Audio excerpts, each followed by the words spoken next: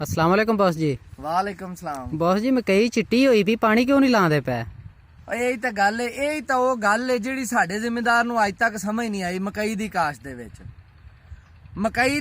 दे विच दो चीज़ां जिहड़ियां ना वो खास जिहड़ा कह लो कि सारी फसल एक पासे ते दो चीज़ां एक पासे। ਇਹ दो चीज़ां वो ने जिहड़ियां मैं तुहानूं दस्सण लगा। इन्हां दोवां चीज़ां दी की ने, इहदी वजह की है, इहदा करना किवें आ, ये इंज हुंदा है ते अगर किवें हुंदा है।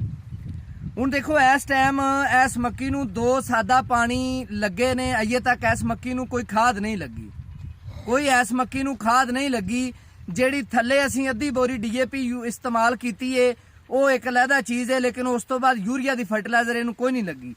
अगर तुसीं पौधे दी हाइट चैक करो तो पौधे दी हाइट तकरीबन जिहड़ा ना 1 फुट क्रॉस कीती पई है, ठीक है। ते अगर पौधे दी हैल्थ चैक करो तो पौधे नूं हैल्थ वाइज भी वेख लवो कि इहनूं किसी जगह ते कोई मसला तो नहीं है। इहदा कलर चैक कर लो, इहदा कलर ठीक है, लेकिन इहनूं अजे पानी अज तो 5-6 दिनां बाद लगना है।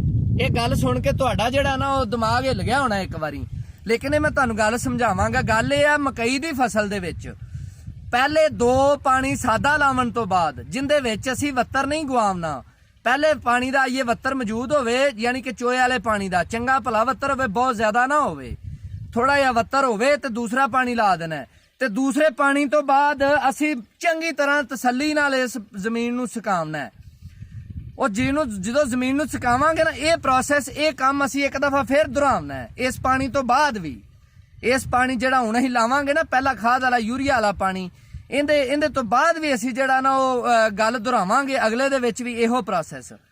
ते हुण इहदी वजह की है, ये मामला की बनदा है, क्यों ये जिहड़ा ना खुश्क करिया जमीन नूं खुश्क करिया फसल की ग्रोथ बेहतर हुंदी है, फसल नूं जिहड़ा ना वो ज्यादा सेहतमंद हुंदी है और फसल जिहड़ी ना संभल जाती है।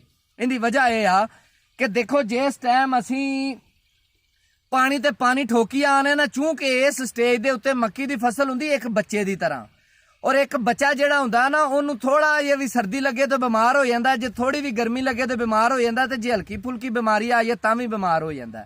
एक गल। दूसरी गल यह कि इस स्टेज के उत्ते पौधे ने अपने इम्यूनिटी सिस्टम नूं डिवेलप करना होंदा है, यानी कि अपनी अंदरली ताकत नूं डिवेलप करना होंदा है। इनकी मिसाल एक मैं तुहानूं पहले देंगा फिर गल समझावांगा। ये जिहड़ा कई जिहड़े ना माड़ियां विचारियां दे बच्चे जिहड़े ना एक कच्छी पा के गलियां महल्लियां च लगे फिरदे उत्थे ही जवान हो जांदे ने। वो ज्यादा ताकतवर हुंदे ने उन्हां तो जिन्हां नूं तुसीं पैंपर ला के घर संभाल के रखदे जे।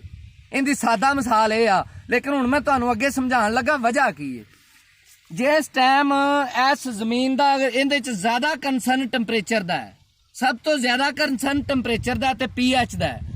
जिस टाइम इस जमीन का जिहड़ा पानी नमी वाला हुंदा है, असीं पानी ते पानी ठोकी आने इस स्टेज ते, और नमी की वजह तो की हुंदा है कि इस जमीन की जिहड़ी pH है ना वो हाई रहिंदी है और टैंपरेचर लो रहिंदा है। जिस टाइम असीं इहनूं सोका देने आ, जमीन नूं खुश्क करने आ, तो जो टैंपरेचर होंदा है वो हाई हो जाता है, और टैंपरेचर हाई होने दे नाल थोड़ा जिहा pH नूं भी फर्क पैंदा है। और जिवें pH नूं फर्क पैंदा, क्योंकि अपनियां तकरीबन पूरे पंजाब दीयां जमीनां दी pH जिहड़ी है 6.5, 7, 7.5, 8, 8.5 तक पहुंच चुकी है। ते साडे जिहड़े महकमे ज़राअत ने ना, दिल करदा है मिट्टी दीयां इट्टां परो के ना ते इन्हां दे गल च जाके हार पाओ भी माशाअल्लाह तुसीं बहुत अच्छा काम कर रहा है। ये pH कंट्रोल करना तो बड़ी दूर की गल है, जिमींदार नूं दसदे भी नहीं जे भी तुसीं pH कंट्रोल कर लवो। जदों pH इहदी कंट्रोल हुंदी है ना, टैंपरेचर वधदा है, pH कंट्रोल हुंदी है, एक गल। दूसरी गल यह है कि मकई की फसल नूं टैंपरेचर थोड़ा जिहा हाई चाहिदा हुंदा है, एडा ज्यादा लो टैंपरेचर की यह फसल नहीं हैगी।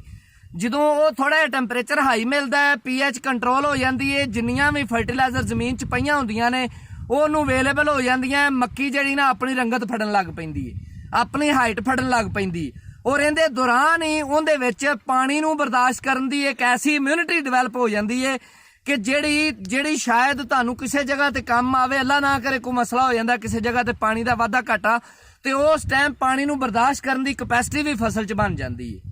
ਹੁਣ ਇਹ ਛੋਟੀ ਜੀ ਗੱਲ ਦੇ ਫਾਇਦੇ ਕਿੰਨੇ ਨੇ। ਹੁਣ ਇਹਨੂੰ ਪਹਿਲਾ ਫਰਟੀਲਾਈਜ਼ਰ ਲੱਗਣਾ ਹੈ, ਤੇ ਉਹ ਵੀ ਆਈਏ ਅੱਜ ਤੋਂ 4 ਤੋਂ 5 ਦਿਨ ਬਾਅਦ ਲੱਗਣਾ ਹੈ।